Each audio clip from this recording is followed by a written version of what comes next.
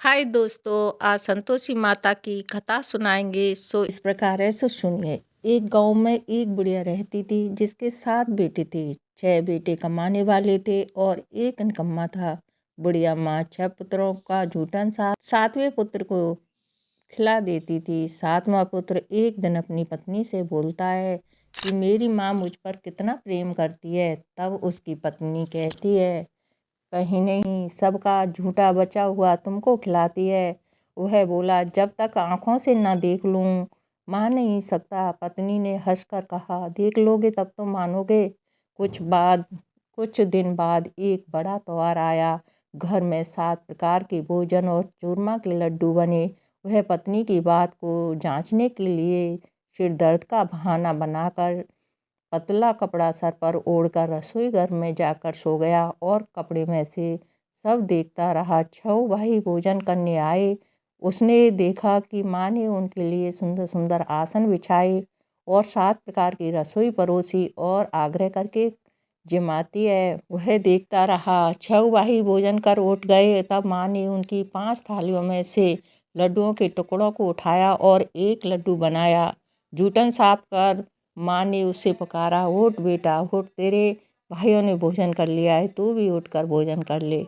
उसने कहा, माँ मुझे भोजन नहीं करना है, मैं प्रदेश जा रहा हूँ। माँ कहती है कि कल जाता है सो आज ही चला जा। वह घर से निकल गया। चलते चलते उसे अपनी पत्नी की याद आई। वह गौशाले में कंडे थाप रही थी। वह जाकर बोला, मेरे पास तो कुछ भी नहीं है, यह अंगूठी है, सो ले लो और अपनी कोई निशानी मुझे दे दो। वह बोली, मेरे पास क्या है, यह गोबर भरा हाथ है। यह कहकर पत्नी ने उसकी पीठ पर गोबर की थापे मार दी। वह चल दिया। चलते चलते दूर देश में पहुंचा। वहाँ एक साहूकार की दुकान थी। वहाँ जाकर बोला, सेठ जी मुझे नौकरी पर रख लो।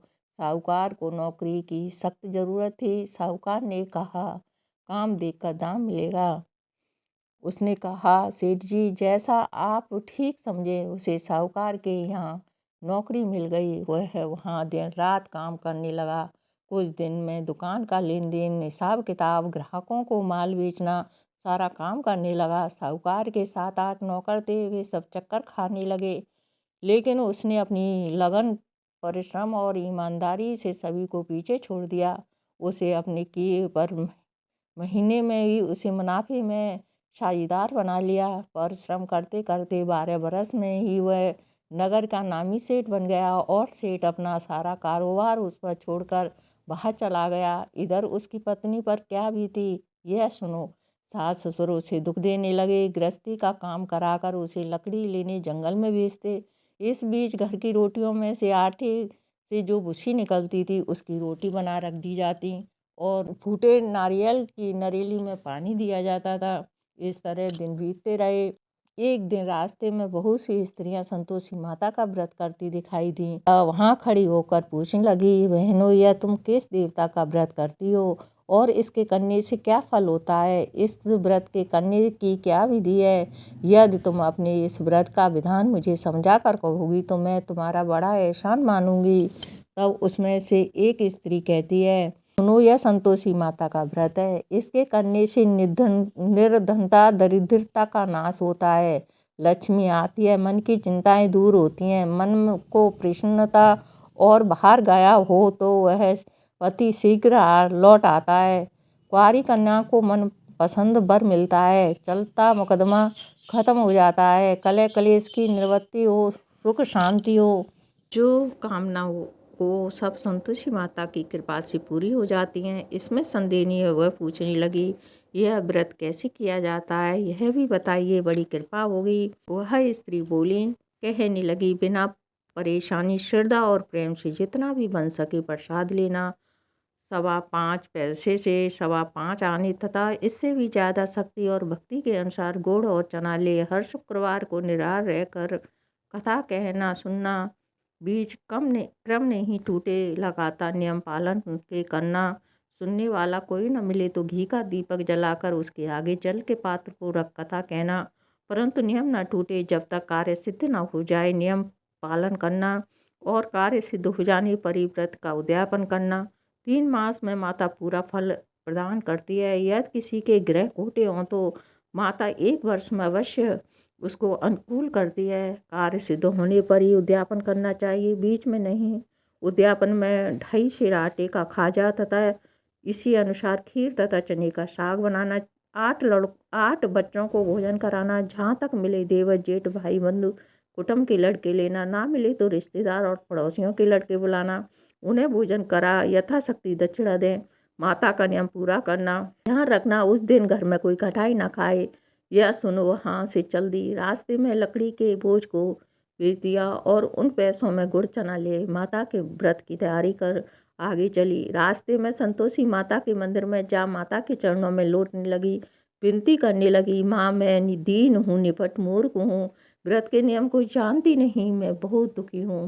हे माता मेरा दुख दूर कर, मैं तेरी शरण में हूँ। माता को दया आई। एक शुक्रवार बीता कि दूसरे शुक्रवार को ही उसके पति का पत्र आया और तीसरे शुक्रवार को ही उसका भेजा हुआ पैसा आ पहुँचा। यह देखकर जेठानी मुँह सिकोड़ने लगी। इतने दिनों बाद इतना पैसा आया, इसमें क्या बड़ाई है। लड़के ताने देने लगे। काकी के पास अब पत्र आने लगा, रुपया आने लगा। अब तो काकी की खातिर बढ़ेगी, अब तो काकी बोलने से भी नहीं बोलेगी।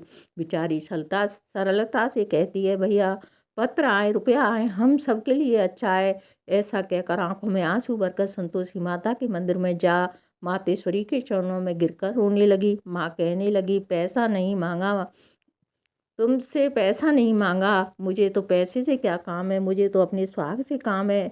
मैं तो अपने स्वामी के दर्शन और सेवा मांगती हूँ। तब माता ने प्रश्न होकर कहा, जा बेटी तेरा स्वामी जल्दी आवेगा। यह सुन खुशी से बावली हो घर पर जाकर काम करने लगी। संतोषी माँ विचार करने लगी, इस बोली पुत्री से मैंने कह तो दिया है तेरा पति आवेगा, पर आवेगा कहाँ से, वह तो स्वप्न में भी याद नहीं करता है, उसे याद दिलाने जाना पड़ेगा। संतोषी माता ने उस बुढ़िया के बेटे को स्वप्न में समझाया, पुत्र तेरी घरवाली घोर कष्ट उठा रही है।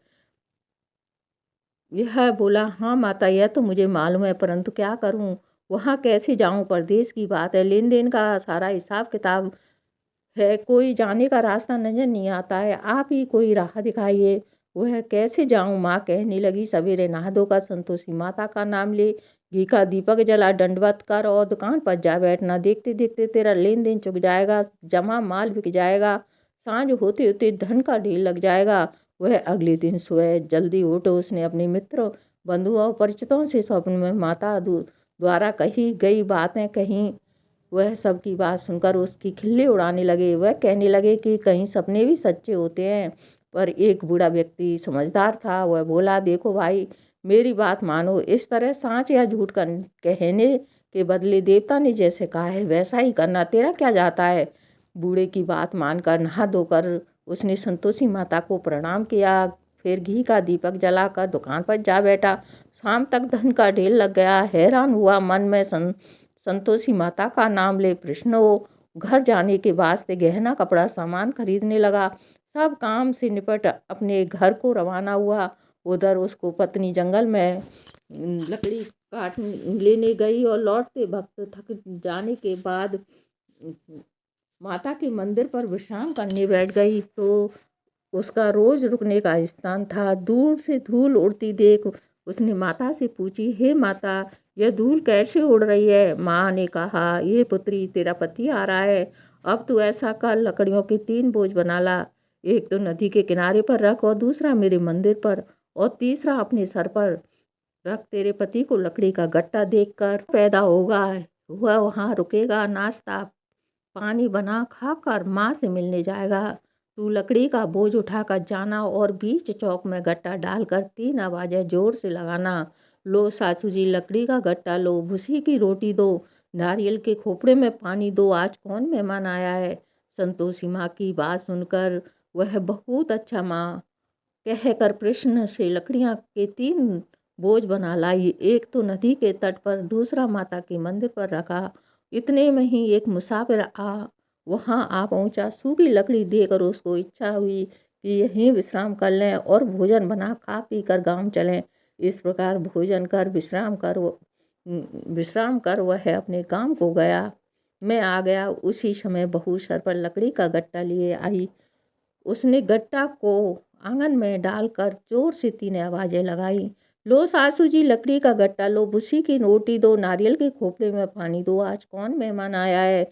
यह सुनकर सास ने अपने दिए हुए कष्टों को बुलाने के लिए कहा, बहू तू ऐसा क्यों कहती हो, तेरा मालिक ही तो आया है।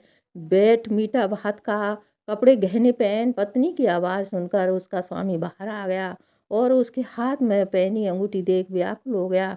उसने माँ से पूछा, माँ यह कौन है। माँ बोली, बेटे तेरी पत्नी है। आज 12 बरस हो गए हैं, जब से तू गया है तब से सारे गांव में जानवर की तरह भटकती फिरती है। काम काज घर का कुछ करती नहीं है, 4 समय आकर खा जाती है। अब तुझे देखकर भूसी की रोटी और नारियल के खोपड़े में पानी मांगती है। वह बोला, माँ मैंने तुम्हें इसे भी देखा है और तुम्हें भी देखा है। दूसरे घर की चाबी दो, मैं उसमें रहूँगा। ठीक है बेटा, जैसी तेरी मर्जी, कहकर माँ ने चाबी का गुच्छा पटक दिया। उसने दूसरे घर को खोलकर सारा सामान जमाया। एक ही दिन में राजा के महल के ठाट बाट हो गए। जेठानी ने अपने बच्चे को खिला सिखा दिया। भोजन के समय सब लोग खटाई मांगना, जैसे इसका उद्यापन पूरा ना हो सके। लड़के जिमने आई, खीर पेट भर खाई, परंतु बात याद आते ही कहने लगे, हमें कुछ खटाई खाने को दो, खीर खाना में बात नहीं है, देखकर अरुचि होती है। लड़के उठ खड़े हुए, बोले, पैसे लाओ। भूली बहू जानती नहीं थी, उसने पैसे दे दिए। लड़कों ने बाजार में जाकर पैसों से इमली खाने लगे। बहू पर माताजी ने कोप किया और राजा के दूत उसके पति को पकड़ ले गए। अब वो सब मालूम हो जाएगा, सब जेल की रोटी खाएगा। बहू से यह वचन सहन नहीं हुए। वह संतोषी माता के मंदिर में गई, कहने लगी, माता तुमने यह क्या किया, आजकल अब क्यों रुलाने लगी। माता बोली, पुत्री तूने मेरा व्रत भंग किया, इतनी जल्दी सब कुछ भुला दी। वह बोली, माता भूली तो नहीं हूँ, ना कुछ अपराध किया है, मुझे तो लड़कों ने भूल में डाल दिया, मुझे क्षमा करो। माँ बोली, ऐसी भी कहीं भूल होती है। यह बोली, अब कोई भूल नहीं होगी माँ, अब बताओ मेरे पति कैसे आवेंगे। अब वह घर चलो। फिर अगला शुक्रवार आया। बोली, मुझे माता का उद्यापन करना है। पति ने कहा, ठीक है करो। या फिर जेठ के लड़कों से भोजन को कहने गई। जेठानी ने लड़कों को सिखा दिया कि तुम पहले से ही खटाई मांगना। लड़के भोजन करने बैठे, लेकिन भोजन करने से पहले ही कहने लगे, हमें खीर पूरी नहीं भाती, जी बिगड़ता है, कुछ खटाई खाने को दो। यह बोली, खटाई खाने को नहीं मिलेगी, खाना है तो खाओ। लड़के उनके उठकर चले जाने पर उनके ब्राह्मणों के लड़कों को बुलाकर भोजन करवाया, दक्षिणा की जगह एक एक फल दिया, जिससे संतोषी माता प्रसन्न हुई। माता की कृपा से 9 महीने के बाद उसको चंद्रमा के समान एक सुंदर पुत्र प्राप्त हुआ। पुत्र को लेकर वह प्रतिदिन संतोषी माता के मंदिर में जाने लगी। माँ ने सोचा कि रोज आती है, आज क्यों ना मैं इसके घर चलूं, इसका आसरा तो देखूं तो सही। यह विचार कर माता ने भयंकर रूप बनाया। गुड़ चने से सना मुख, ऊपर से सूंड के समान मक्खियां भिनभिना रही थीं। दहलेजी में पाँव रखते ही उसकी साथ चलाई, देखो रे कोई चुड़ैल डंकनी चली आ रही है, लड़को इसे भगाओ नहीं तो किसी को खा जाएगी। बहू रोशनदान में से देख रही थी। वही प्रश्न हो उठी और आज मेरी माता मेरे घर आई है, यह कहकर दूध पिलाने से बच्चे को उतार दिया। इस पर उसकी सास क्रोध में भरकर बोली, अरे राण, इसे देखकर ऐसी उतावली हुई है जो बच्चे को पटक दिया। इतने में माँ के प्रताप से जहाँ देखो वहाँ लड़के ही लड़के नजर आने लगे। यह बोली, माँ जी जिनका व्रत करती हूँ यही तो संतोषी माता है। इतना कहकर झट से सारे घर के किवाड़ खोल देती हैं। सब ने माता के चरण पकड़ लिए और विनती कर कहने लगे, हे माता, हम मूर्ख कथा अज्ञानी हैं, पसंद आई हो तो तुम्हारी लाइक व्रत की करना, विधि हम नहीं सब्सक्राइब जानते करना। हैं, तुम्हारा धन्यवाद। बहुत